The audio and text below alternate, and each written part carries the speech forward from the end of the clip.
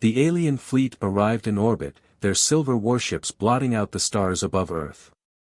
The invasion was swift, brutal, and merciless. Cities burned, military forces crumbled, and within days, humanity found itself on the brink of extinction. The Xelthar, a race of war-hardened conquerors, had deemed Earth an easy target, primitive, unprepared, and ripe for subjugation. But they had made a grave miscalculation. In the ruins of New York, a resistance formed.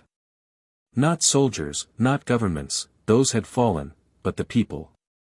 Mechanics, hackers, doctors, and engineers banded together, armed not with advanced weaponry but with human ingenuity.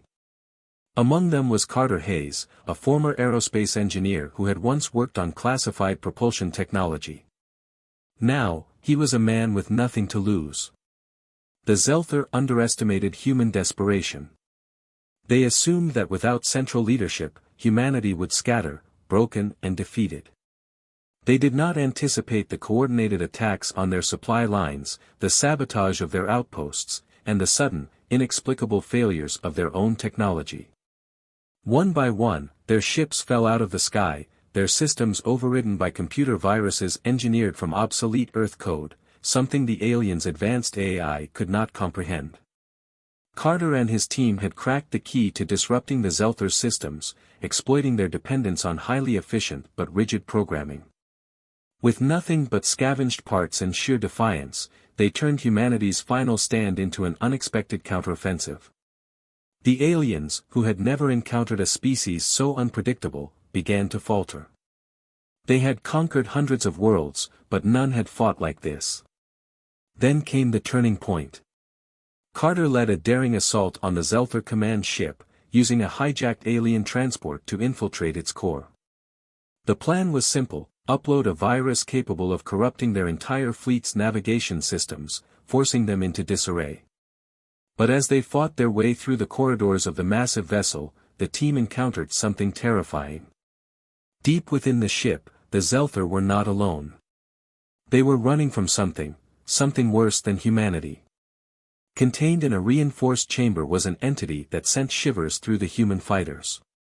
It was a creature, ancient and bound in chains of energy, whispering in a language no one understood. The Xelthar had not come to conquer Earth. They had come to escape. The realization hit Carter like a tidal wave. The Xelthar invasion wasn't an attack, it was a desperate bid for refuge. And Earth, in its relentless defiance, had just made them weaker against something far deadlier.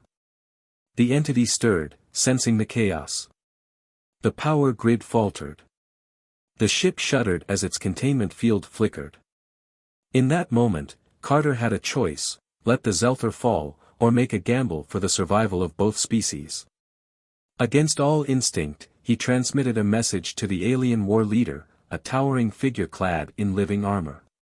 He proposed an exchange: Earth's technology for the Xelthar's knowledge of the creature. A truce, not out of trust, but necessity. The war leader hesitated, then gave a single nod. Within minutes, Xelthar forces withdrew from Earth's major cities, redirecting their weapons to a new target, the awakening horror within their own ship. Carter barely escaped as the vessel detonated in orbit, the shockwave shaking the very atmosphere. The invasion was over. But the truth lingered like a shadow. Earth had survived, but not because it was strong, because it was unpredictable, adaptable. The Xelthar left, but not as enemies. They left as something far more dangerous, as allies who owed humanity a debt. And somewhere in the void, other things watched, waiting, knowing now that Earth was no longer just prey, it was a player in a game far older than the stars.